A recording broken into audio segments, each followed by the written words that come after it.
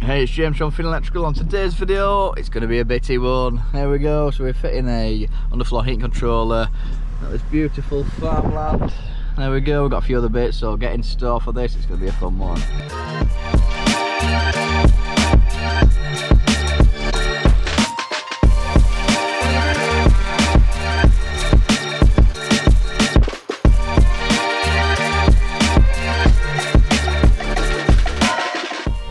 Driving down the lane then, I had an interesting one yesterday then. So I had an office day and we got a call out to do a big farm electric, so it was all tripping out. And my goodness, it was a nightmare. I might have a little clip of it actually. Oh, should have filmed this one.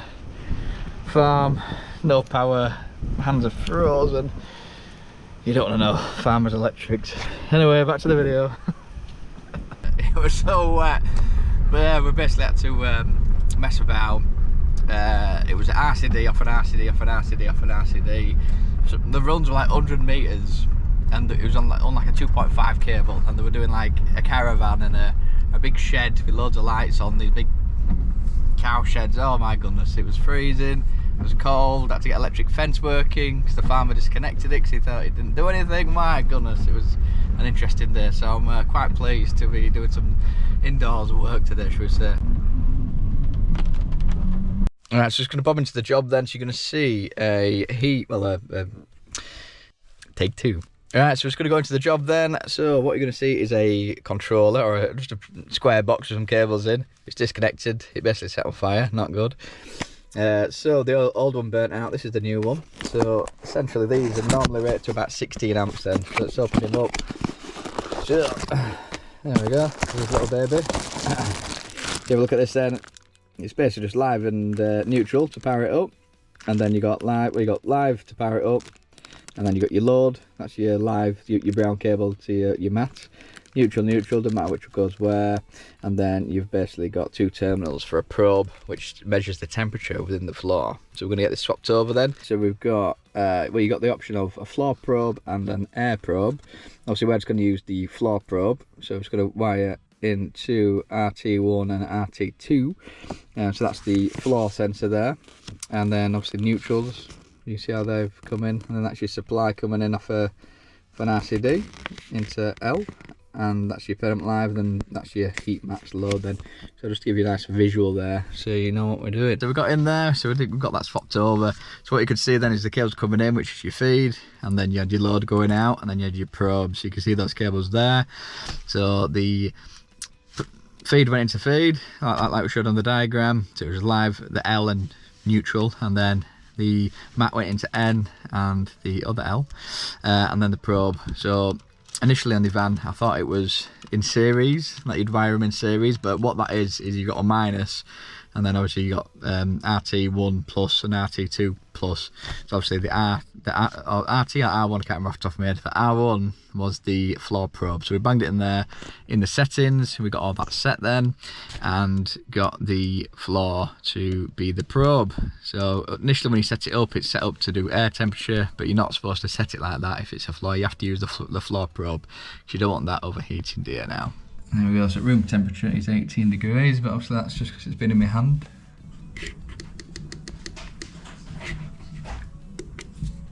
Yeah, we've got that swapped over and customer's super happy. So that's me done down here then, so we're just going to bob over and do an Eicr in Ewald of all places. Ewald is in York, so it's the top side of York then, so it's a nice quirky little village. They do like an Easter egg hunt in the little town square with all the kids and that at Easter, which is pretty cool. They've got all these like, it's all very like community based. The houses are like at least like 400 grand each or something like that, so they're like super expensive, maybe just over 300 maybe, but yeah, there's some crazy houses down there, like multi-million pound houses, massive mansions, but yeah, the centre is like these quirky little townhouses which look pretty cool. So we might get a coffee from Curious Coffee. They've got two branches, one in there, one in Haxby in York, and it is beautiful coffee, and you get a teeny tiny brownie with it. Oh, it's good. Run! Run! Run! Right, we're just on the outskirts of Ewald then. It's had to rain a bit, so let's get into here. We've already got an interesting one where the fuse board is actually been boxed in, you'll see what I mean. There we go, I've got an interesting one then. It's nicely boxed in, but that lid has to come forward to even start to tip to bring it off. So that is not going to come out.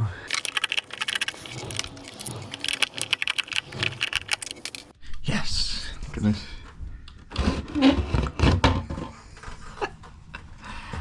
Oh dear.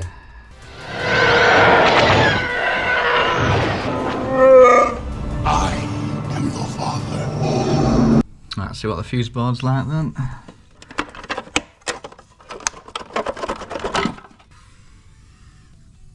Alright, then let's get a ZE test then. So we're going to put it on the loop test. That's going to test the earth and line all the way back to the transformer.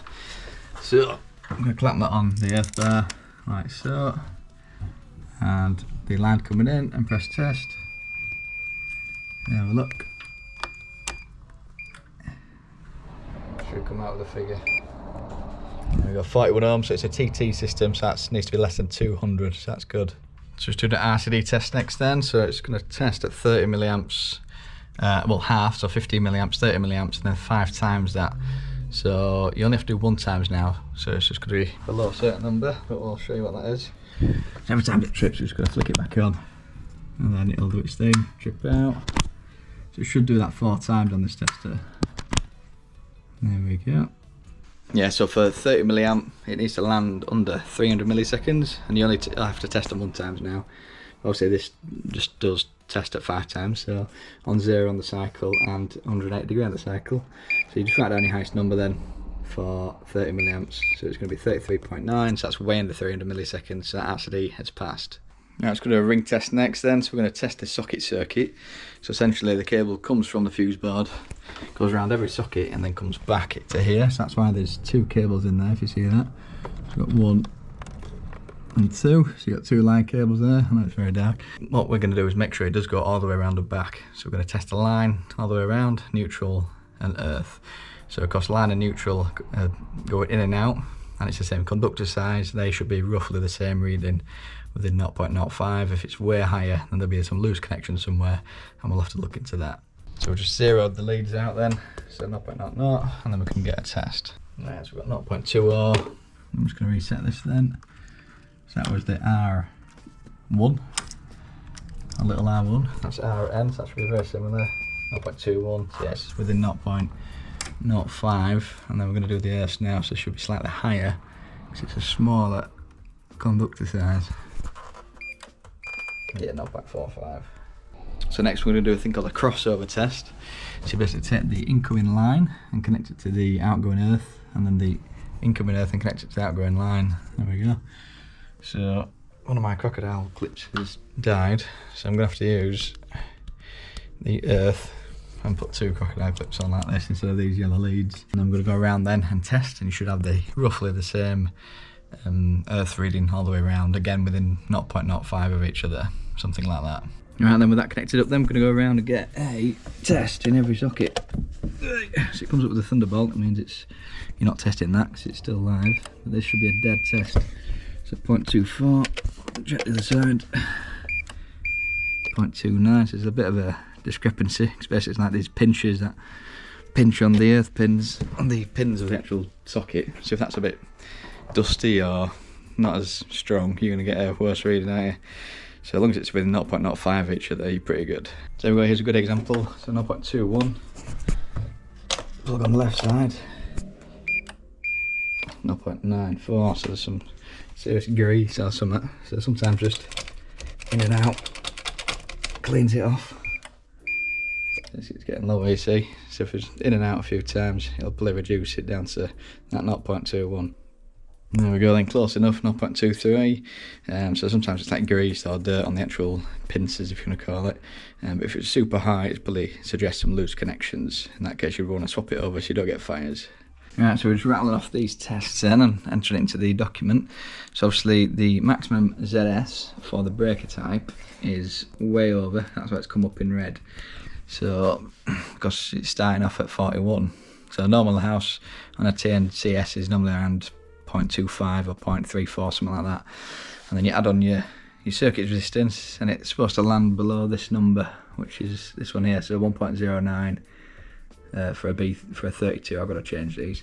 Now, that's to get something called ADS, automatic disconnection of supply. Now, the RCD just acts on behalf of that.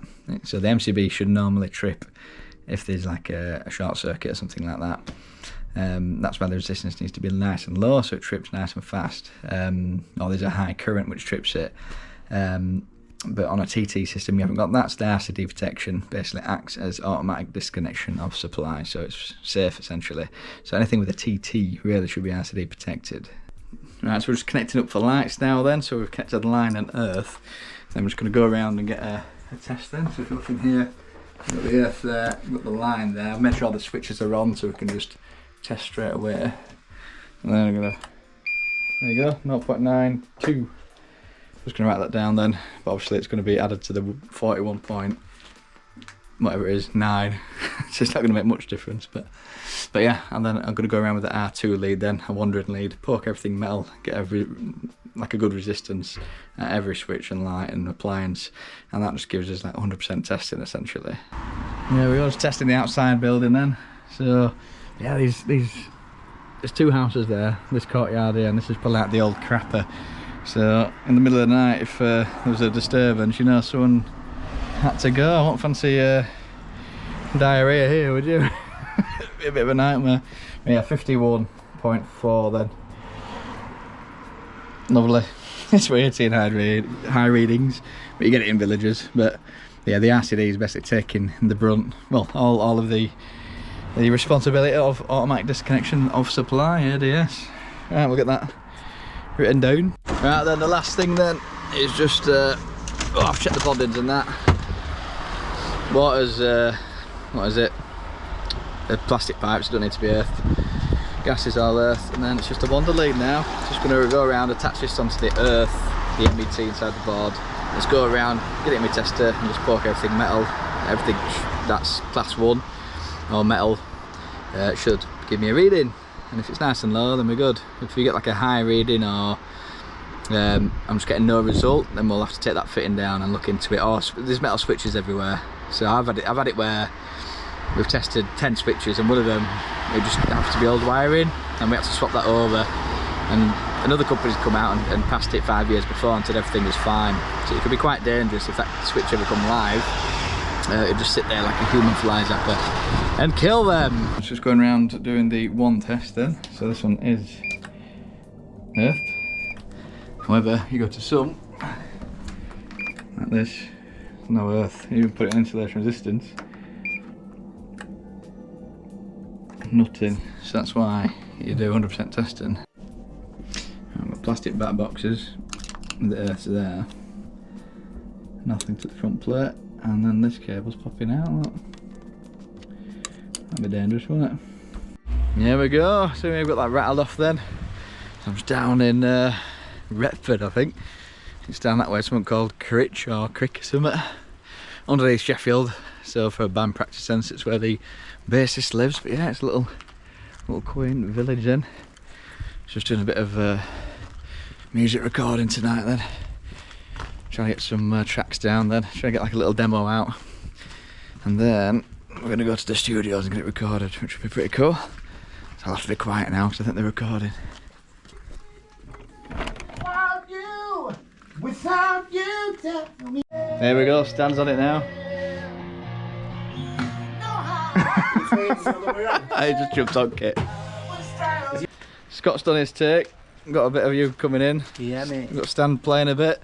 So we're refining the drums at the moment, trying to make it less busy, but it's going to sound pretty cool. And then we'll hopefully give you a little taster at the end of the video. But now me and Scott are going to go to RK Village. It's an Indian, so we're going to pick up his curry. We're not allowed to eat in Jonathan's house because he doesn't like curry, so we're going to sit in James's van and eat it. He can't even stand the smell. In fact, he went into a curry house with his mates when he was younger, and his throat closed up with the I don't think he's allergic. He's just allergic.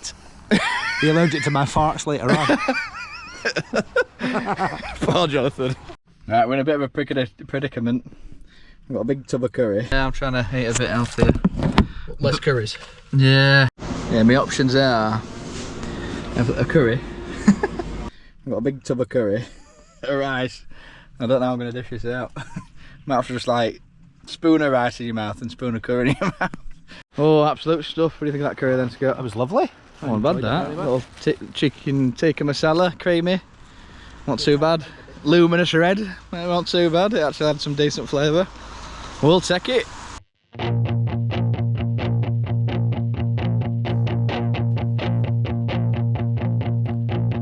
Bury what has never died, to live in wonder, hoping somehow we survive, to feel the thunder. You can dig the hole and I can pour the hate in, standing on the precipice to see the state I'm in.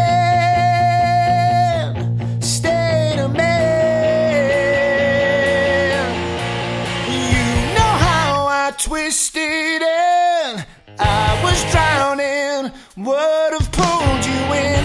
Now I tell everybody you saved me, and I win anyway. How did I think that I'd be better without you? Without you, tell me how did I think that I'd be better without you? Without you, always you who wins, and you sink or swim. Now you see the state I'm in. Tell me how did I think that I'd be better without you? Without you.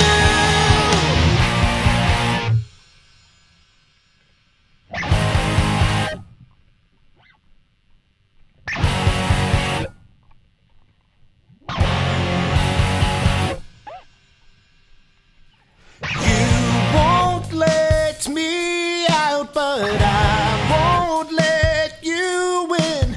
We go rounds inside my head. You always seem to win. I can try and run, but you won't let me hide. Try to drown my fears, they always come back on the tide. And there we go, that's all we've got time for today. Then, so if you're enjoying this little bonus content, then hit the like button, hit subscribe, hit the little bell notifications, you know, when next upload. So as always, have a good one from me and Smiling Jonathan. And we'll see you on the next one. There we go.